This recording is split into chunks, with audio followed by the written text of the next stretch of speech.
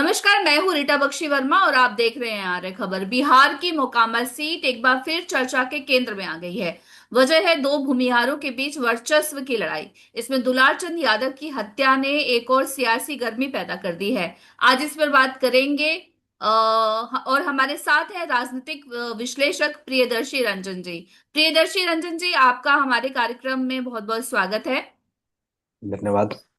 तो सबसे पहला सवाल तो यही है कि ये जो अनंत सिंह है और सूरजभान सिंह की सीधी टक्कर के बीच दुलारचंद यादव की हत्या मोकाम्बो में, क्या ये वही हुआ जिसका अंदेशा था? कुछ दिनों पहले से ना दोनों के बोल इस तरीके से बिगड़े हुए थे। अनंत सिंह, सूरजभान सिंह, और तीसरी बात मैं ये कि इसमें जोड़ दूं कि दुलारचंद यादव के भी जो बोल बिगड़े हुए थे, ये कहीं ना कहीं यह संकेत दे रहा था कि सब कुछ सही मोकामा में नहीं है। अनंत सिंह का इतिहास सबको पता है। सूरजभान सिंह किस हद के बाहुबली हैं, ये भी सबको पता होना चाहिए। और बड़ा रसूख अनंत सिंह की चर्चा होती है, लेकिन उससे कमतर सूरजभान सिंह भी नहीं है।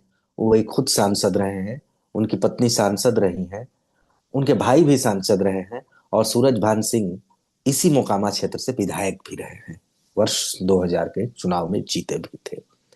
तो ये जो इतिहास है यहाँ पर, इन लोगों का बड़ा इतिहास है, राइवलरी का, बाहुबलियों के बीच अदावत का। अनंत सिंह और सूरजभान सिंह में पुरानी अदावत रही है। और बीच बीच में इसका जिक्र करना जरूरी हो जाता है कि यहाँ पर एक हिस्ट्री सीटर के तौर पर हमेशा से स्थापित दुलारचंद यादव भी रहे हैं। उनका भी एक बड़ा नाम रहा है, लालू यादव के करीबी रहे हैं वे। और बाढ़, बख्तियारपुर, मोकामा से लगे हुए जो विधानसभा अन्य क्षेत्र हैं, वहां पर भी दुलारचंद यादव का ठीक ठाक प्रभाव पहले तो ये लालू था। प्रसाद यादव के साथ रहे, फिर उसके बाद अनंत सिंह के साथ में रहे और आज उनके विरोध में है। हाँ, बदलते रहे हैं। राजनीति में तो कोई किसी का साथ परमानेंट होता नहीं है। और हालांकि इनकी जो धारा, दुलारचंद यादव की जो धारा थी, वह ज्यादातर आरजेडी की ओर झुका हुआ था, और ज्यादातर समय उन्होंने आरजेडी में गुजारा है। लालू यादव के परिवार के साथ गुजारा है, लालू यादव के साथ की राजनीति के साथ रहे हैं भाई। अभी भी वे, उनके बारे में स्पष्ट नहीं है कि वे जन सुराज, जो कहा जा रहा है कि वे जन सुराज का प्रचार कर रहे थे, वे जन सुराज में थे या आरजेडी में थे। विधिवत वे आरजेडी में ही थे, जैसी खबरें आ रही हैं, जैसी चर्चा है। प्रचार वे प्रशांत किशोर की पार्टी जनसुराज के लिए कर रहे थे। तो ऐसा उसमें कैसे मामला हो गया? ये, अगर वो आरजेडी के साथ में थे तो प्रचार वो प्रशांत किशोर किशोर की पार्टी, ये कुछ मामला अलग सा लग रहा है।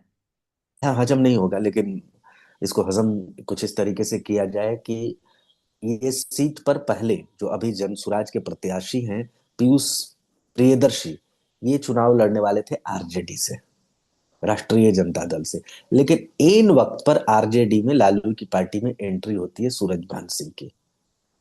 और उनकी एंट्री ने सुनिश्चित कर दिया था कि अब इस सीट पर सूरजभान सिंह के परिवार से कोई चुनाव लड़ेगा। और सूरजभान सिंह ने अपनी पत्नी को टिकट दिलवाया आरजेडी से। तो आरजेडी के टिकट से वीणा सिंह, सूरजभान की पत्नी, को टिकट मिल गया। तो जो मेहनत कर रहे थे, पहले से आरजेडी के लिए लगे भिड़े हुए थे पीयूष प्रियदर्शी, उनका पत्ता कट गया। वे जाकर के जनसुराज का दामन थाम लेते हैं और वहां से टिकट लेकर के चले आते हैं। जनसुराज, पहले से संबंध इन दोनों का विकसित हो चुका था, दुलारचंद यादव और पीयूष प्रियदर्शी का। तो उस लिहाज से दुलारचंद यादव को लगा कि हमें रहना है पीयूष प्रियदर्शी के साथ। हालांकि अभी भी जो बयानात हैं उसमें बहुत कंफ्यूजन है, कंट्राडिक्टरी है। एक तरफ उनके पोता का दावा है कि नहीं, हमारे दादाजी जो हैं, वो ये जन सुराज का प्रचार कर रहे नहीं, आरजेडी का प्रचार कर रहे थे। जबकि जन सुराज के प्रत्याशी का दावा है कि नहीं, वे हमारे साथ थे, हमारी ही गाड़ी में थे, हमारी ही गाड़ी से खींच करके उनकी हत्या की गई है। तो क्या तो इनकी जो कंट्राडिक्टरी। हत्या है उसका भी सियासी लाभ उठाने के लिए ये खींचतान चल रही है? जब भी ऐसा होता है, लालू यादव का भी बयान, तमाम लोग, मतलब मुझे तो लगता है कि कुछ सुलझे हुए बयान भी आए हैं और कुछ उन्मादी बयान भी हैं। और इसमें प्रशांत किशोर के जो प्रत्याशी हैं, पीयूष प्रियदर्शी, इनका बयान बहुत जोशीला है, बहुत उन्मादी है। इन्होंने जो कहा है कि ये टाल हमारा क्षेत्र है, यहाँ से बच के हम जाने दे रहे हैं, यही बड़ी बात है, जो प्राइमा फेसिया जो एक वीडियो में चल रहा था उसके हवाले से मैं कह रहा हूँ। लगातार वे हमला बोल रहे, तो ये एक उन्मादी बातें उनकी ओर से आ रही है। दूसरी बात ये कि जिस तरीके से सूरजभान सिंह की पत्नी वीणा सिंह इस मामले का राजनीतिकरण करते हुए दिख रही हैं, तो पूरी तरीके से ये मामला राजनीतिक होता हुआ दिखा है। दुलारचंद यादव के काफिले में भी, शव यात्रा में भी शामिल हुई है वीणा सिंह पूरी तरीके से। अनंत सिंह ने भी आरोप लगाया है कि दुलारचंद यादव को सह सूरजभान सिंह की ओर से प्राप्त था। पटना में सूरजभान सिंह के आवास पर दुलारचंद यादव रह रहे थे, वहां से बयानबाजियां कर रहे थे।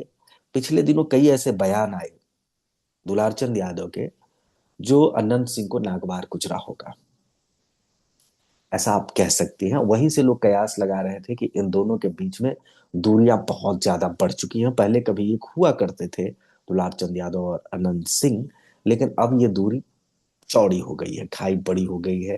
अनंत सिंह की पत्नी को नीलम सिंह की जगह नीलम खातून कहा था। नचनिया जैसे शब्दों का प्रयोग दुलारचंद यादव ने किया था। तो एक मामला वहां था कि एक अदावत दिख रहा था। और सूरज भान की एंट्री ने मोकामा की राजनीति में, पहले क्या था कि 2005 के बाद सूरज भान सिंह ने मोकामा की राजनीति में उस तरीके से इंटरेस्ट लेना बंद कर दिया था। वे खुद सांसद बनकर चले गए थे 2004 में। बाद में उनके पत्नी और भाई नवादा की राजनीति में सक्रिय रहे, नवादा से सांसद बने। तो इन इलाकों में उनका पॉलिटिकल इंटरेस्ट खैर तो था, लेकिन पॉलिटिकल इंटरेस्ट उतना नहीं रह गया था। लेकिन जब वे फिर एंटर किए हैं अपनी पत्नी को विधायक क्या बनवाने के लिए, तो वो जो राइवलरी, पुरानी राइवलरी थी, वो यहाँ पर देखने को मिल रहा है। मोकामा विधानसभा क्षेत्र के बारे में एक और मैं दिलचस्प बात बता देता हूँ कि ये वो क्षेत्र है जहां 90 के दशक के बाद, या 90 के दशक के पहले भी कह लीजिए, दिलीप सिंह 95 में बने थे, तो यहाँ कोई भी स्वच्छ छवि का व्यक्ति विधायक नहीं बना, हमेशा बाहुबली ही विधायक बनते रहे हैं। तो ये, तो कुल मिला और के या फिर जैसे कि बात की जाए तो मोकामा का जो इतिहास है वो हमेशा यही रहा है कि भूमिहारों का यहाँ पर वर्चस्व रहा है। जातीय समीकरण जो है उसके हिसाब से यहाँ भूमिहार एक नंबर की जाति है मोकामा विधानसभा क्षेत्र में, तो उस लिहाज से है। मैं दूसरी बात कह रहा हूं कि अगर कोई भूमिहार वर्सेज भूमिहार भी है, तो बाहुबल वर्सेज बाहुबल है। मतलब अनंत सिंह भी भूमिहार है, सूरज भान सिंह भी भूमिहार है, नागा सिंह भी कभी हुआ करते थे बाहुबली इधर के, तो वो भी भूमिहार थे। तो ये बाहुबलियों का क्षेत्र। अनंत सिंह के भाई दिलीप सिंह यहां से चुनाव जीते हैं, वो भी बाहुबली। तो बाहुबलियों का यहाँ ना पूरा ट्रैक है, ट्रैक रिकॉर्ड है। आप उठा करके इतिहास में झांकेंगी तो लगेगा कि हाँ, यहाँ इस तरीके का। और जिस दुलारचंद यादव की हत्या हुई, इन पर भी कई तरीके के आरोप थे, हत्या के संगीन आरोप थे। हिस्ट्री शीटर रहे हैं 80 के दशक में। 2000, ठीक से मैं याद कर पा रहा हूं तो 2019 में इनको पटना पुलिस ने गिरफ्तार किया था दुर्दांत अपराधी के तौर पर। तो मोकामा इस बाहुबलियों की धरती रही है। यहाँ पर हमेशा बंदूकें गरजती रही हैं, इसको अच्छा नहीं माना आपकी जाएगा। आवाज चली गई आई थिंक। नहीं, मेरी आवाज जा रही है ना? हेलो? हेलो? जी जी, आवाज जा रही जी है जी। ना? हाँ, तो मैं यही कह रहा था कि ये हमेशा से बाहुबलियों की भूमि रही है। तो यहाँ पर इस तरीके के अदावत आपको देखने को मिलेंगे, इस तरीके का ट्रैक रिकॉर्ड है। लेकिन पिछले दिनों से जिस तरीके से बिहार के चुनाव में हिंसा में घटोतरी हुआ था, यानी कमी आई थी, उसके बाद ऐसा अचानक से इस चुनाव में कुछ हिंसक घटनाएं देखने को मिल रही हैं। ये आप 2-3 दिन पहले चले जाइएगा, 4 दिन 5 दिन पहले चले जाइएगा मोकामा की घटना से, तो टेकारी एक विधानसभा क्षेत्र है गया जिला में। वहां से पूर्व मंत्री निवर्तमान विधायक अनिल कुमार जनता दल यूनाइटेड के सिंबल पर चुनाव लड़ रहे हैं। उन पर कातिलाना हमला हुआ, उन पर जानलेवा हमला हुआ, उनके समर्थकों पर रोड़ेबाजी की गई, उनके काफिले की तमाम गाड़ियों को तोड़ दिया गया, उनका हाथ फ्रैक्चर हुआ, टूटा, डॉक्टर अनिल कुमार का, जनता दल यूनाइटेड के प्रत्याशी का। तो ये जो घटनाएं हो रही हैं ये कहीं से संकेत नहीं दे रहा है कि पिछले 2-3 चुनावों में जो शांत शांत बिहार का चुनाव रहा है वैसा कुछ है। तेज प्रताप यादव जो कि लालू यादव के बड़े बेटे हैं, उनकी भी हुटिंग हुई है हाजीपुर में। जब वे, हाँ, अपने प्रत्याशी का प्रचार करने गए थे तो वहां पर आरजेडी समर्थकों के द्वारा उनकी भी हुटिंग की गई है। नवादा के भी विधानसभा, नवादा जिले के एक विधानसभा क्षेत्र में भी एक प्रत्याशी की हुटिंग हुई है। तो ये हुटिंग, पत्थरबाजी, ये बिहार में मतलब 2005 विधानसभा चुनाव के बाद खत्म खत्म सा हो गया था। किसी चुनाव में, लोकसभा चुनाव हो या विधानसभा चुनाव हो, लगातार गिरता गया था। लेकिन ये अचानक इसमें तीव्र वृद्धि देखी गई है, जो कि चिंतनीय है। इस पर चुनाव आयोग को भी ध्यान देना चाहिए, इस पर प्रशासन को भी ध्यान देना तो चाहिए। आपको क्या मैं लग रहा कहिए है तो इसकी एक, इसकी क्या वजह जी, आपको लग रही है कि अचानक से जिस तरह से अभी बिल्कुल चेंज हो गया है, थोड़ा हिंसक भी हो गया है मामला, तो इसकी वजह आप क्या देखते हैं? देखिए, जनता को भी समझना चाहिए, प्रशासन को भी चुस्ती बरतनी चाहिए, और जो भड़काऊ भाषण देते हैं उनको भी समझना चाहिए। तीनों स्तरों पर अगर समझ बनेगी तो कमी आएगी, और ये तीनों स्तर पर कहीं ना कहीं लैक हो रहा है। कुछ दिनों से भड़काऊ भाषण, भड़काऊ बातें बोलने का ट्रेंड बिहार में ट्रेंड कर रहा था। एक दूसरे पर विवादित बोल बोले जा रहे थे। बोली से ज्यादा गोली को महत्व दिया जा रहा था बिहार में। तो वहां से चीजें बिगड़ी हैं। प्रशासन की भी सुस्ती है, प्रशासन इन मामलों में मुस्तैद नहीं है, तभी तो ऐसी घटनाएं हो जा रही हैं। और जनता, पब्लिक मॉब, इस तरीके से मत करिए कि किसी प्रत्याशी को अपने, कोई जा रहा है तो इस तरीके से दुश्मनी पाल लीजिए कि वोट के चोट से उसको खत्म करने के बजाय डंडा, ईंट, पत्थर के चोट से खत्म कर देंगे, कुचल कर मार देंगे। ये नहीं होना चाहिए। तो तीनों स्तरों पर जो गिरावट है उसका नतीजा है कि बिहार में चुनाव के दौरान हिंसा देखने को मिल रहा है। बिहार में चुनाव के दौरान हिंसा कोई नई बात नहीं है, लेकिन पिछले कुछ वर्षों में बिहार में चुनावी हिंसा में कटौती हुई थी, कमी आई थी। मैं बता रहा हूं कि एक आंकड़ा मैं देना चाहता हूं। 2004 लोकसभा चुनाव तक, 1995 से 69 चुनावी हिंसा हुआ था। 1985 में, 1990 में 86, 1995 में 54, 1996 में 42, 1998 में 44, 1999 में 76, 2000 में 61 और 2004 में 28 हिंसा की घटनाएं हुई थी। जिसमें 2004 के बाद 2005 में एक चुनाव आयुक्त आए, केजे राव।